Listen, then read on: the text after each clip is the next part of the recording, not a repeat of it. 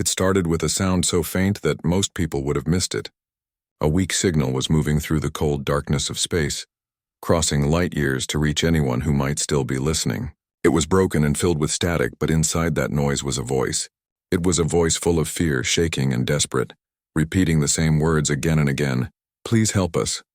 This is an emergency. We are under attack."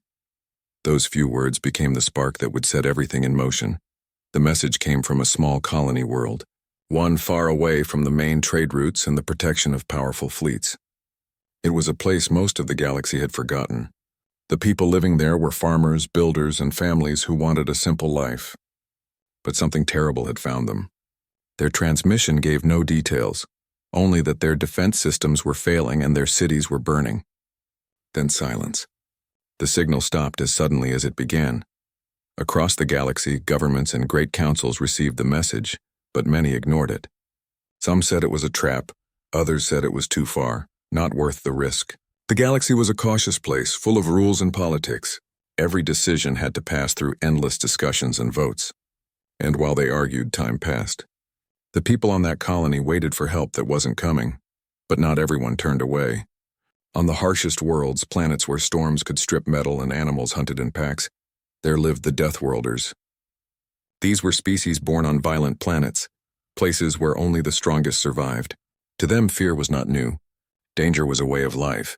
And among them, there was one species that felt something different when they heard the SOS. That species was humanity. Humans had always been strange in the eyes of the galaxy. They came from a death world called Earth, a place of earthquakes, diseases, and wild weather. Yet somehow they thrived. They laughed in the face of struggle and helped one another even when it made no sense to do so. To them, the message from that faraway colony wasn't just another cry for help. It was a call to action. In military bases, scientists' labs, and mining colonies, people started talking. The news spread fast through human networks and colonies. They didn't wait for the Galactic Council's permission. Soldiers, engineers, pilots, and medics began gathering whatever they had. Old ships were pulled out of storage, repaired, and refitted. Civilian captains volunteered their cargo freighters and passenger ships to carry supplies. People who had never met began to work together, bound by one simple idea: someone out there needs help, and we will go. Among them was a woman named Commander Alara Miles. She had served in many battles before, but she had retired years ago after losing her crew in a border war.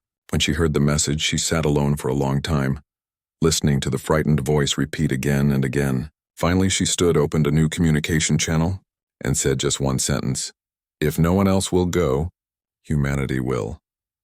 That recording spread faster than the original SOS. Soon, fleets began to move. Not all of them were soldiers. Many were ordinary people, farmers, teachers, mechanics who had no reason to fight, yet they joined anyway. There was a feeling among them that something bigger than survival was at stake. They were not saving strangers. They were protecting the idea that help should always come when someone cries for it. In shipyards around Mars, engineers worked day and night to prepare the first wave. They stripped cargo holds to make space for medical bays. They welded armor onto hulls that were never meant for battle. Children watched from colony domes as massive engines lit up the night sky. Everywhere, the same words were repeated: "No one cries for help alone." As the news spread, something unexpected happened. Other Deathworlder species began to answer too. The Kroth, a reptilian race known for their strength, sent a group of warriors. The Velnar, with their sharp senses and fast ships, offered scouts. Even the Scaran, a people known for their cold logic, sent tacticians to help plan the mission. They said they didn't understand why humans would risk so much for strangers, but they respected it. Together, they began forming what would later be called the Human Armada. The preparations were hard. Resources were limited, and some governments tried to stop them, saying it was madness to send so many lives into danger. But the volunteers refused to listen. They had already made their decision. There was a strange energy in every hangar, every ship, every crowded training hall. People sang while they worked. They told stories about past heroes. Some wrote messages to their families, unsure if they would ever return. Commander Miles stood at the head of the main assembly in Mars orbit. Thousands of ships hung in the blackness around her command vessel, the Resolute. When she spoke over the fleet-wide channel, her voice was calm but filled with purpose. "We don't know what waits for us out there," she said. "But someone called for help and we are going to answer. That's what makes us human. That's what makes us Deathworlders." A wave of cheers filled the comms as engines ignited one by one. From the surface of Mars, the sight was unforgettable. The sky filled with streaks of light as the fleet began to rise. Old ships and new ones, warships and freighters, all moving together in formation. It wasn't an army built for conquest. It was a promise turned into motion. Parents held their children close, telling them to remember this day. The day humanity took flight not for power, but for compassion. Even those who doubted the mission felt something stir inside them. Scientists watching from orbital stations recorded the largest independent fleet launch in human history. Reporters across colonies broadcast every second, their voices breaking as they tried to describe what they saw. It was hope, made visible. On distant death worlds, other species watched the live transmissions and felt respect. The Kroth leader speaking to his people said, "They go into the void for others. We must never again call them weak." The Velnar sent their fastest ships to guide the humans through the dangerous warp routes. The Scaran calculated supply routes and sent automated drones loaded with resources. One by one they joined, not because they were asked, but because they were moved. Back on Earth, lights burned in every major city as people stayed awake to follow the journey. Streets filled with people waving flags and banners saying, "Bring them home and we answer the call." For once the world was united in purpose. Governments that had argued for decades stood together to send supplies. As the human armada finally prepared to leave the solar system, there was a long moment of silence across every communication line. Commander Miles gave the final order, "Set course for the colony. We are their last hope." Engines flared and thousands of ships vanished into the darkness of hyperspace, leaving only the soft glow of exhaust trails behind. In the days that followed, the galaxy would call it the beginning of the flight of mercy, but to those who were there it was something more personal. It was proof that no matter how far humanity traveled, they carried their oldest instinct with them, the need to help others. They didn't go because they were fearless. They went because they couldn't live with themselves if they didn't. And so, across the endless silence of space, one fragile signal of distress had been heard. It had reached hearts strong enough to answer. The Deathworlders, those born from the harshest corners of the universe, had listened. And humanity, the fiercest of them all, had taken flight. The work to build the human armada began faster than anyone had imagined. Across Earth and its colonies, people worked day and night to turn this dream into something real. Old hangars that had been quiet for years came alive again with the sound of welding, hammering, and engines testing their roars. Every corner of human space buzzed with energy, as if an invisible force was pushing everyone forward. No one waited for orders from governments or councils. People just did what needed to be done.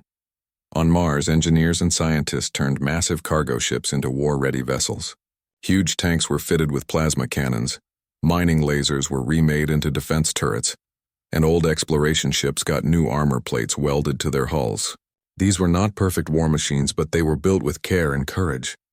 Mechanics slept on the floor beside their projects, eating cold meals and waking up to the sound of drills and alarms. Each ship was given a name: Hope's Edge, Iron Dawn, Wanderer's Spirit. Names that reminded everyone why they were doing this.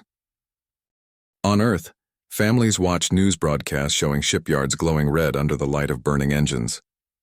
Reporters spoke in voices filled with awe, calling it the largest rescue mission ever attempted.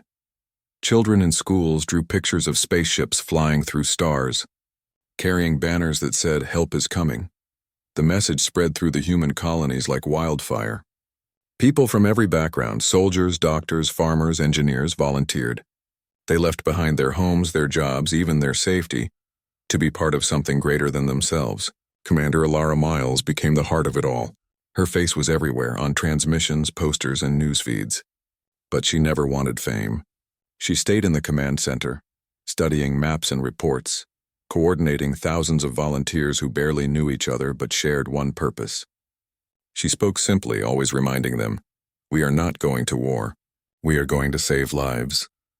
In the cold darkness of orbit, more and more ships arrived each day.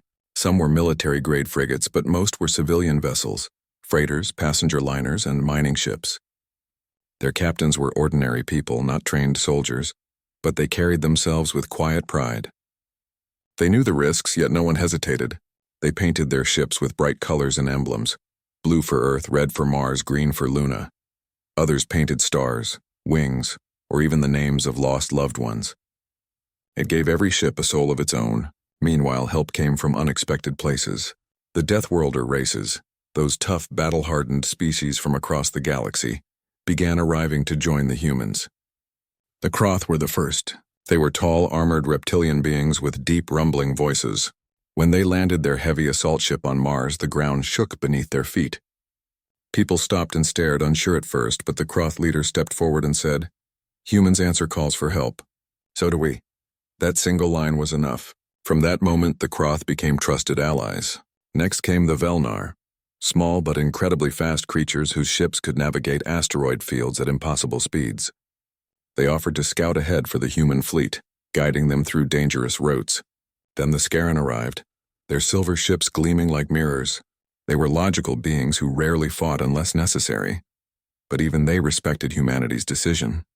"We calculate the odds of success as low," said their commander, "but we believe in what you are trying to do." It was their way of saying they admired human courage. Together, these different races began training side by side. The atmosphere inside the Mars orbit training camps was electric. Kroth warriors sparred with human soldiers, teaching them how to fight in zero gravity. Velnar pilots showed humans how to fly through meteor storms using instinct instead of sensors. Engineers from all species worked together, comparing technologies and learning from one another.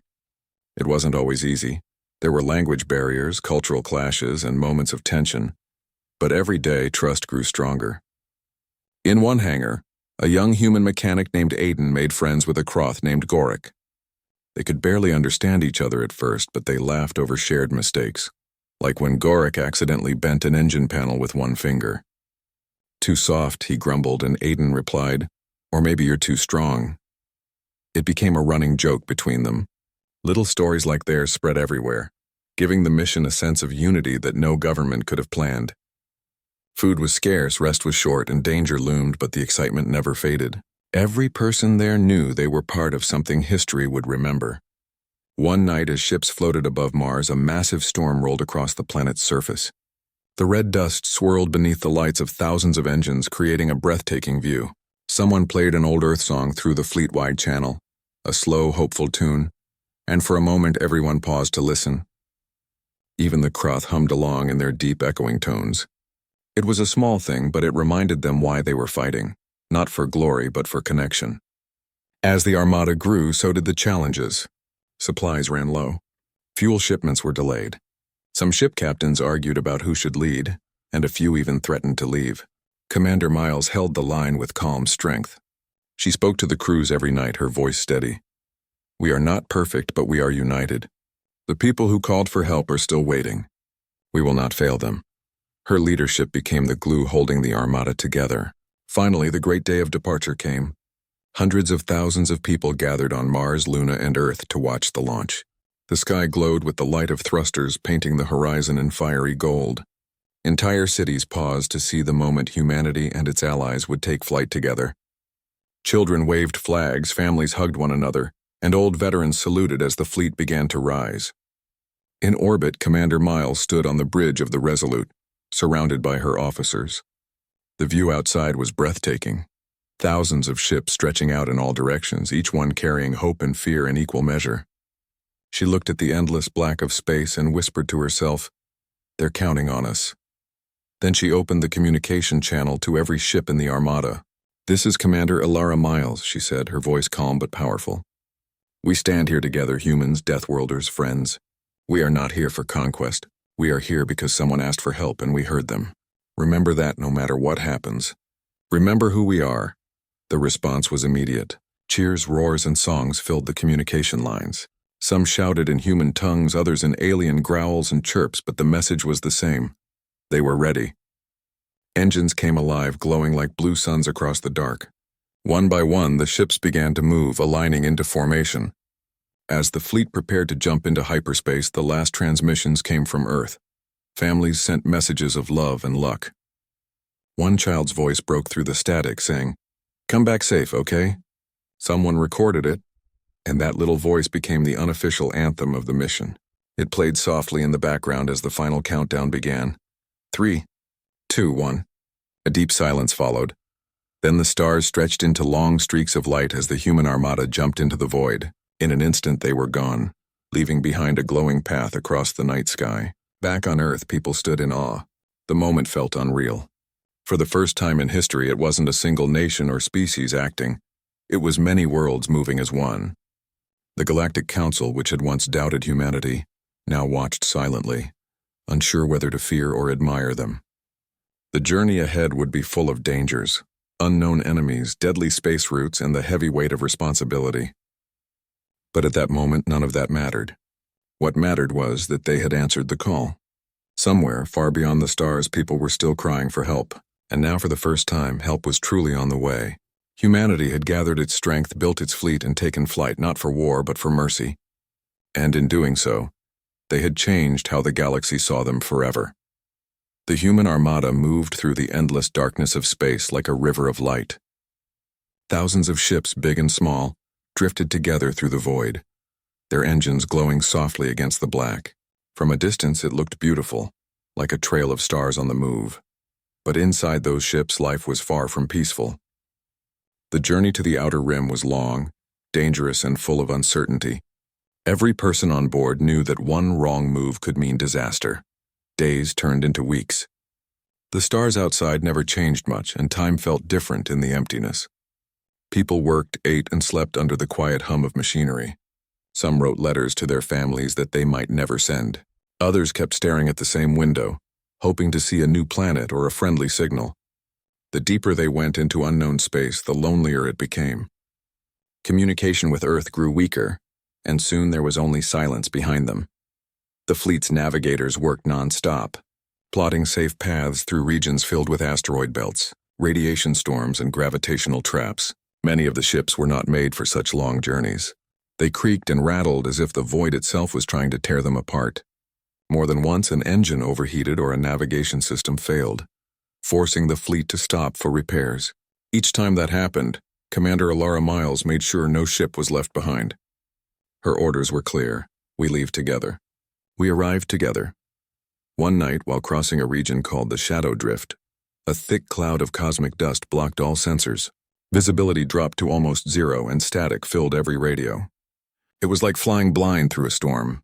Inside the Resolute, the crew worked quickly, their hands moving over glowing controls. "Stay calm," Alara said. "Follow the beacon lights of the ship ahead. Keep formation." For hours they crawled through that dark mist, engines whispering, hearts pounding. Then, without warning, a large piece of debris struck one of the smaller ships, the Aurora Star. The hull cracked, alarms screamed, and the ship began to lose oxygen. The crew's terrified voices echoed across the communication line. Without hesitation, a nearby cargo ship turned and locked onto the Aurora Star with a magnetic tether. Engineers in both ships worked furiously to seal the breach. Finally, after nearly an hour, the leak was stopped. The Aurora Star's captain cried out in relief, thanking the others again and again. That night no one slept. But for the first time in days, laughter echoed through the fleet's comm channels. They had survived together. The journey continued. The fleet passed through abandoned outposts and broken satellites, silent reminders of old wars. Supplies began to run low. Food portions were reduced, and recycled air made the ships smell like metal and sweat. Still no one complained. The crews found ways to keep their spirits alive. Musicians played guitars over the radio. Soldiers told stories about Earth and their families. Some even held small ceremonies for those they had lost along the way. Friendships grew between species that had once barely spoken to each other. Humans taught the Croth how to make coffee, and the Croth in return showed humans how to fight using gravity harnesses. The Velnar pilots organized flight competitions in asteroid fields, where they raced their ships through tight gaps, showing off their unmatched reflexes.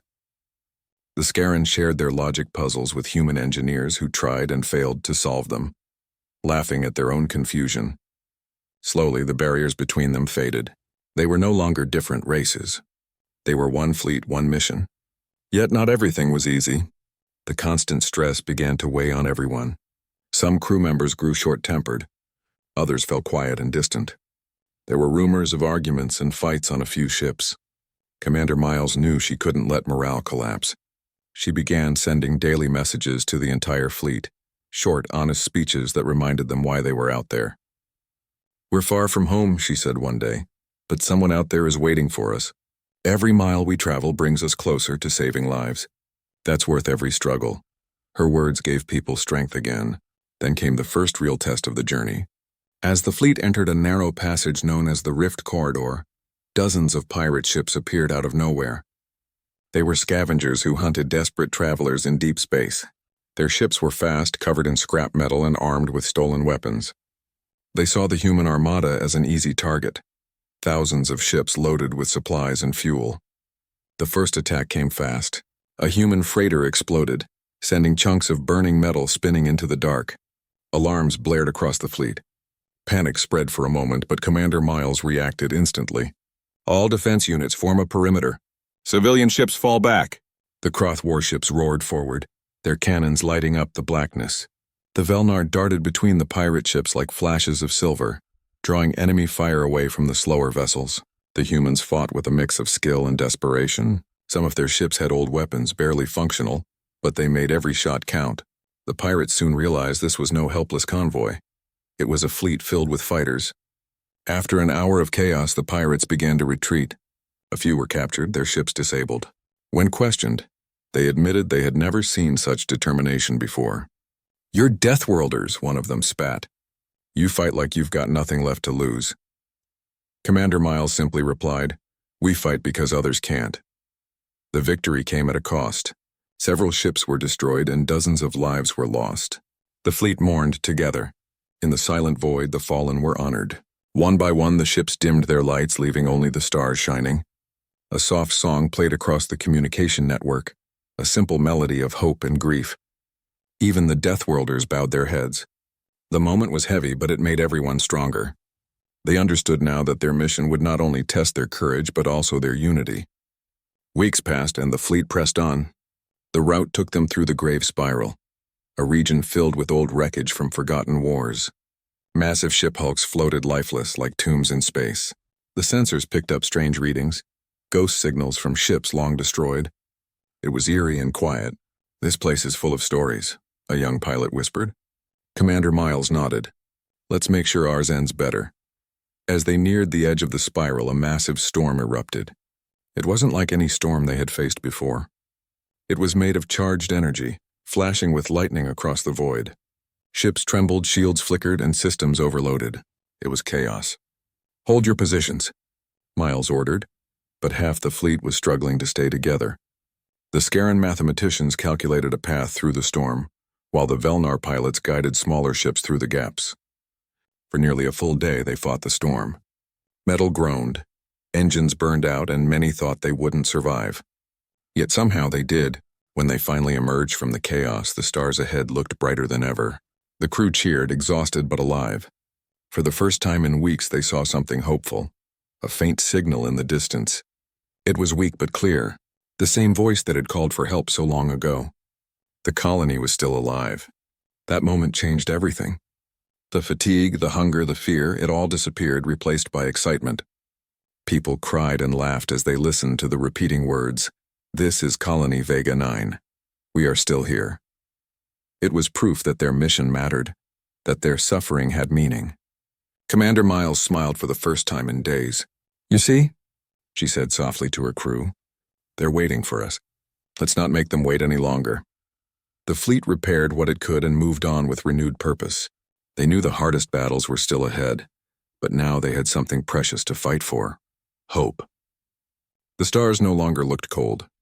Each one seemed to light their way, guiding them toward the colony that had called for help. The journey through darkness had tested them all, but it had also united them. Humans, Kroth, Velnar, and Scaran, different in body but the same in heart. They had faced storms, pirates, and silence. They had learned what it truly meant to depend on each other. And above all, they had learned that courage was not the absence of fear. It was the choice to move forward even when fear was all around. As the human armada flew onward, Commander Miles looked out into the glowing stars and whispered, "Hold on, Vega 9, we're coming." And across 1,000 ships, people repeated the same words, their voices joining in a quiet promise that echoed through the darkness. "We're coming." When the human armada finally reached the edge of Colony Vega 9's star system, everyone on board went silent. After months of travel, they were finally there. But what they saw on their screens made their hearts sink. The planet was burning from orbit. Giant scars of fire stretched across the surface like glowing veins. Whole cities had been destroyed, and black smoke rose into space. The transmission that had once cried for help was still repeating, weak and broken, like a voice calling from beneath the rubble. Commander Ilara Miles stood on the bridge of the Resolute, staring at the view. Her crew waited for her command. "They're still alive," she said finally. "Somewhere down there, people are still fighting." Around her, officers nodded. They all knew this was it, the reason they had come. But before they could help anyone, they had to face what waited in orbit. Dozens of enemy ships surrounded the planet. They were dark, sharp-edged vessels that moved in perfect formation. No one knew who they were or where they came from. Their technology looked advanced, more advanced than anything the fleet had ever seen. Some of the alien ships turned toward the Armada immediately. Red targeting lights flickered across the dark like eyes waking up. "Here they come," said Lieutenant Ramos, his voice trembling slightly. The tension in the air was so thick it was hard to breathe. Then the first enemy volley hit. Beams of light ripped through space, cutting across the formation. One human ship exploded instantly and another lost power, spinning helplessly. "All units spread out," Ilara shouted. The calmness in her tone steadied everyone. The battle for Vega 9 had begun. The fleet responded with everything it had. Human frigates fired railguns and plasma cannons, while the Kroth warships launched heavy missiles that glowed like small suns. The Velnar darted between enemy lines, hitting weak points with precision strikes. Even the Scaran ships, usually built for strategy rather than combat, released swarms of drones that jammed enemy sensors. The sky above Vega 9 turned into chaos, a storm of fire and light. Ships twisted and rolled to avoid incoming blasts. Pilots shouted over the comms, reporting damage, asking for help, or simply trying to stay alive. Each moment felt like an eternity. On the Resolute, Commander Miles moved from console to console, giving orders, making decisions that meant life or death for thousands. Her voice never shook. "Keep the formation tight. Protect the transports. We have to make room for landing parties." Her plan was dangerous but simple. They had to break through the enemy lines long enough to get soldiers and medics down to the planet's surface. A squadron of Velnar pilots volunteered to create a diversion. They flew their sleek ships straight into enemy fire, dancing between blasts with impossible grace. Their leaders' last words before the attack were calm, "For those who wait below."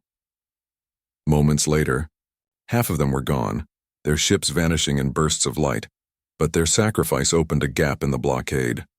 "Now!" Ilara shouted. The human armada surged forward through the opening. Dropships and carriers dove toward the planet, their engines leaving trails of fire. As they entered the atmosphere, the crews could see the destruction up close. The cities that had once shone with light were now smoking ruins. Towers lay broken and the ground was filled with craters. Yet among the ruins, movement could still be seen. People waving, lights flashing, survivors. The landing was brutal.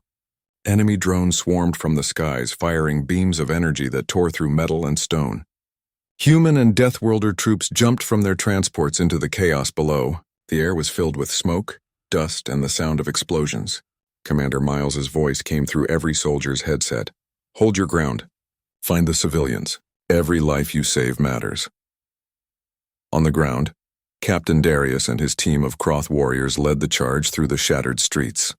They moved from building to building, clearing out enemy drones with heavy weapons. In one destroyed hospital, they found dozens of civilians hiding under collapsed walls.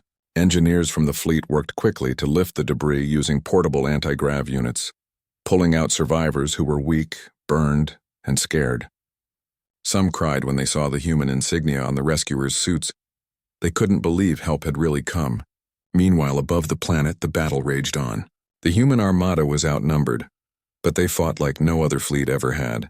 Every time a ship went down, two more took its place in the line. Pilots pushed their machines to the limit, performing maneuvers that no training manual had ever taught. A young pilot named Celine flew her damaged fighter straight into an enemy cruiser's engine, destroying it in a blinding explosion. Her last message before impact was simple. Tell them we didn't give up. Commander Miles watched the losses pile up on her screen. Each red dot that disappeared meant hundreds of lives gone, but she didn't let the sorrow show. Keep firing, she ordered. We hold this line or we die trying. Around her, the crew worked until their fingers bled, rerouting power, reloading weapons, patching systems that barely held together. Then something unexpected happened. The enemy ships began to pull back slightly as if reorganizing. The moment of silence was brief, but it was enough. Ilara saw her chance. All units target the central command ship, she said. The fleet focused its fire on one massive vessel at the center of the enemy formation.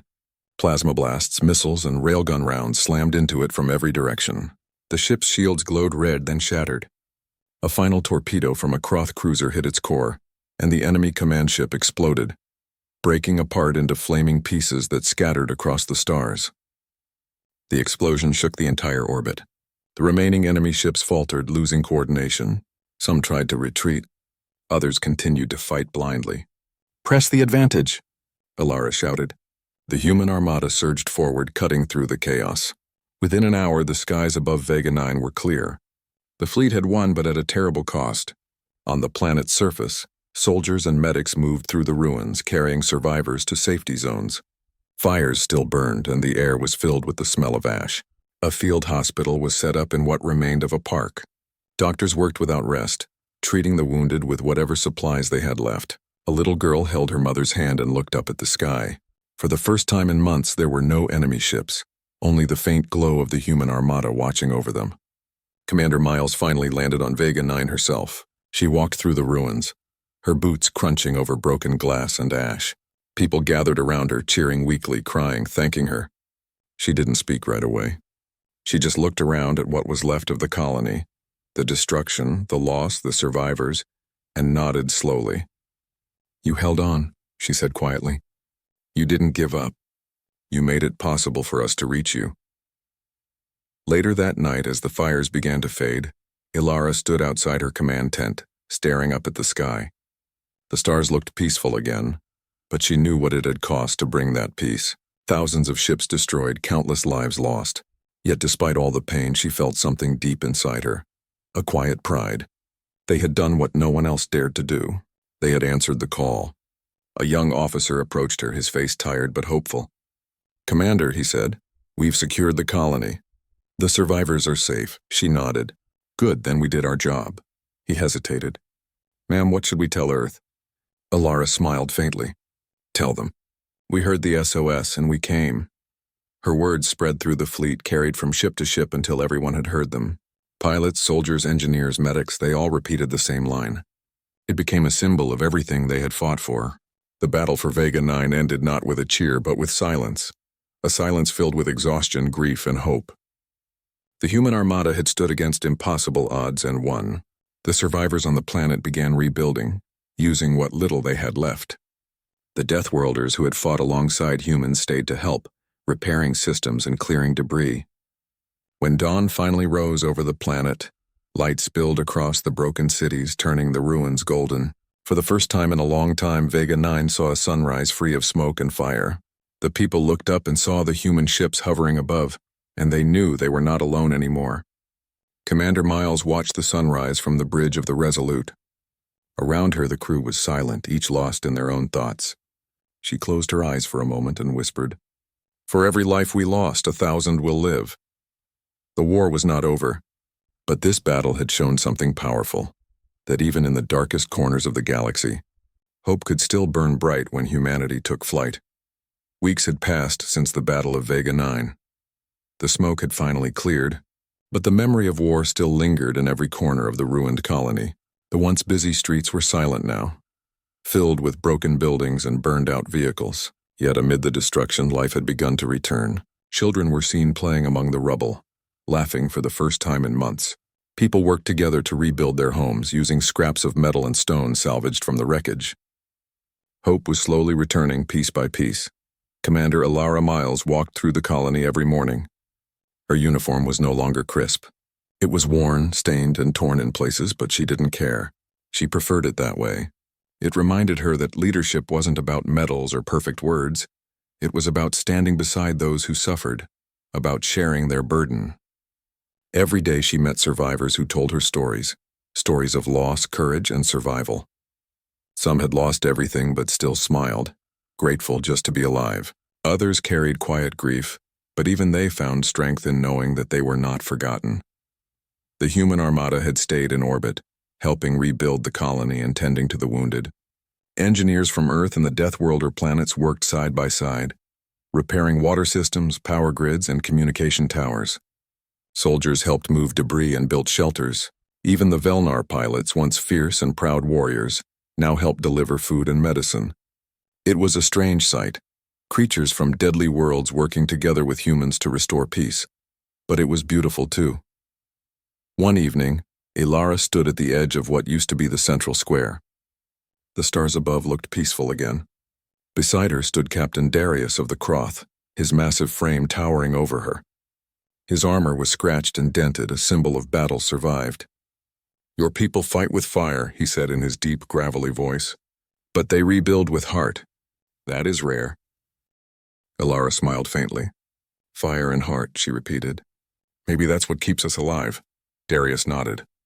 "When the message reached your world, you came without hesitation. Many would not. You could have ignored it, called it hopeless, but you didn't." Ilara looked down at the ground, her voice soft. "Because we know what hopelessness feels like. Humanity's history is full of it. Wars, disasters, near extinction. But every time we rise again. Maybe that's why we came, because we couldn't stand by and let someone else fall." Darius said nothing for a moment. Then he turned his gaze toward the distant hills where the sun was setting behind the ruins. "The galaxy will remember this," he said. "Not just as a victory, but as proof that humans answer the call." As the days turned into weeks, messages began arriving from across the stars.